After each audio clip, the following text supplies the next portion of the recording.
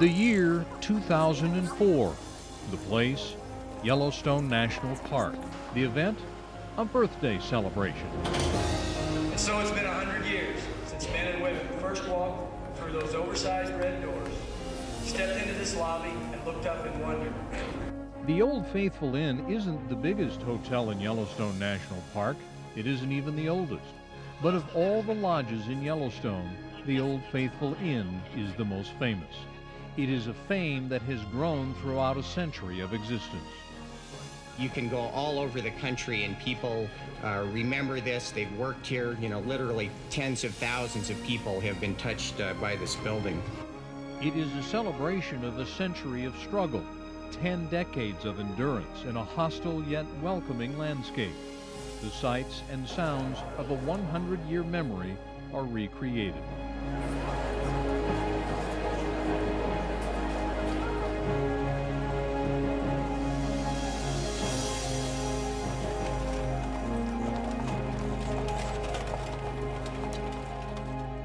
The Old Faithful Inn was unlike other hotels of its day.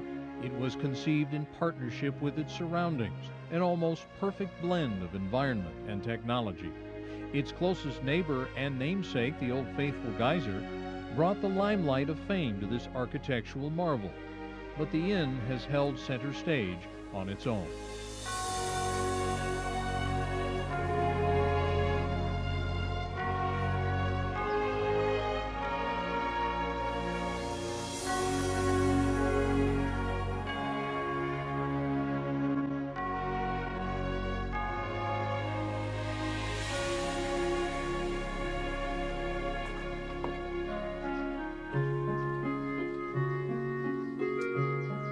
This lobby first welcomed visitors on June 15, 1904. The world was a much different place then. No automobiles, no computers, no airplanes, no terrorists. The inn has existed for a century of Yellowstone's history, and no doubt the relaxing warmth radiating from this fireplace has sparked reminiscences of an earlier park history. Generations of spoken words are silently echoing through the cosmic space of this room, the sensational excitement of new visitors, the somber wisdom of experienced ones, the reflective pondering about the first man to see these sights. And maybe, just maybe, the story the inn would tell would be something like this, if speech were possible.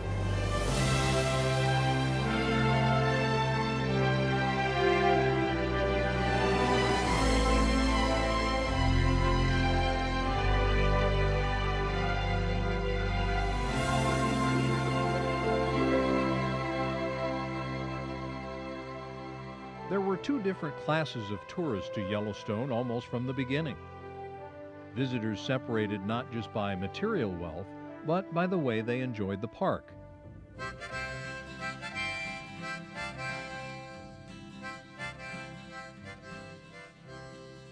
Sagebrushers camped, and dudes did the hotel tour.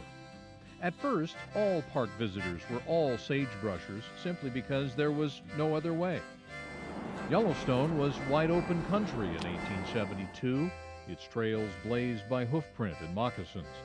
It was a time when 35 to 40 miles was a sun-up-to-sundown journey. This was their view of the canyon of the Yellowstone. They heard the rage of the river as it was forced over the rocky edge, smashed into spray, and dropped 309 feet to the canyon floor.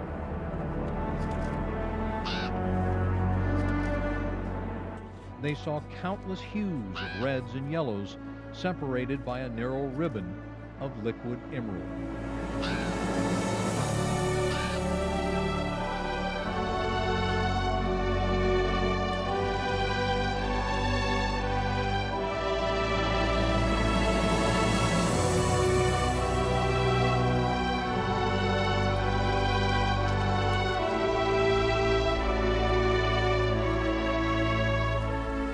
The Richards spent 9 days doing the park. They traveled with a camping outfit similar to this. Before 1920, the first public auto camps were created. We call them campgrounds today. When they were originally created, they were called the public auto camps. Crude campgrounds were established, complete with tables and restroom facilities. But those changes came with a loss of freedom. No longer could you just camp where night found you. The auto camp was here to stay. The cost to pitch a tent for you and your automobile was the same, free.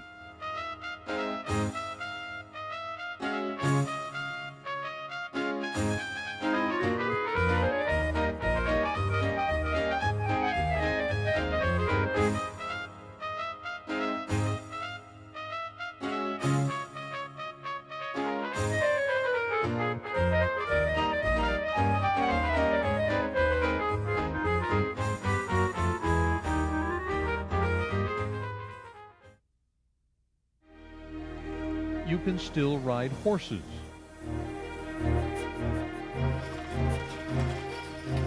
Take a stagecoach trip.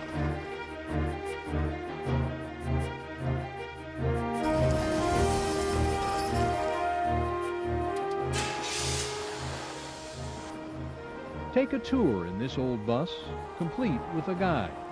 Oh, white pelican just came in for a landing there. Another one right We have a huge breeding population of American white pelicans here. Whenever you see one, they're going to be. Even participate in an Old West cookout, where the steaks are cooked to perfection. The coffee heated over an open flame. And no one leaves hungry.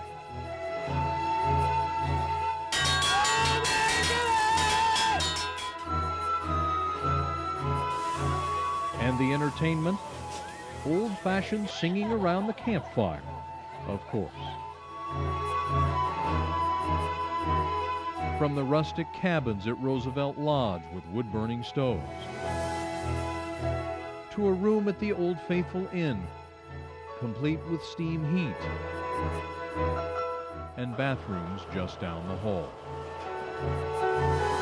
We're renting 89 rooms today in the original part of the building, which we call the old house, and only 10 of those rooms have private baths attached. For the most part, when you stay in the historic part of the building, you stay in the historic way.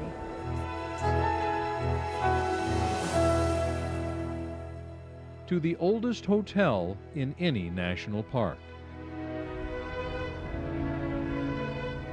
It's seen so many changes over time, most of which have been pushed forth by either the visitors of Yellowstone or the concessionaires or the government, and most of those changes overall have been positive. It would probably say that it misses the time when large steamboats plied Yellowstone Lake and brought many of its patrons over on a lazy afternoon of chugging across the lake. And at the same time, it would probably appreciate the democratization of Yellowstone that the automobile brought, that allowed Americans a far greater range of income to be able to come and enjoy a park that all of us support with our taxes.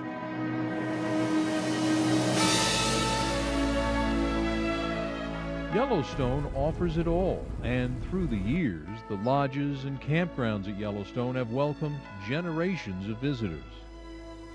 At first with then modern conveniences, and now with an ambiance of an age long past.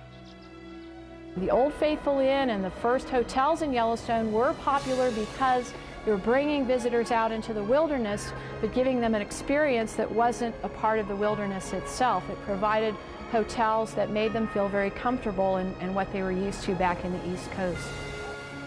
As for the Sagebrushers, well, their camps are no longer in the sagebrush, and their wagons have modernized. But the experience of fresh air and the sounds of the wilderness are the same.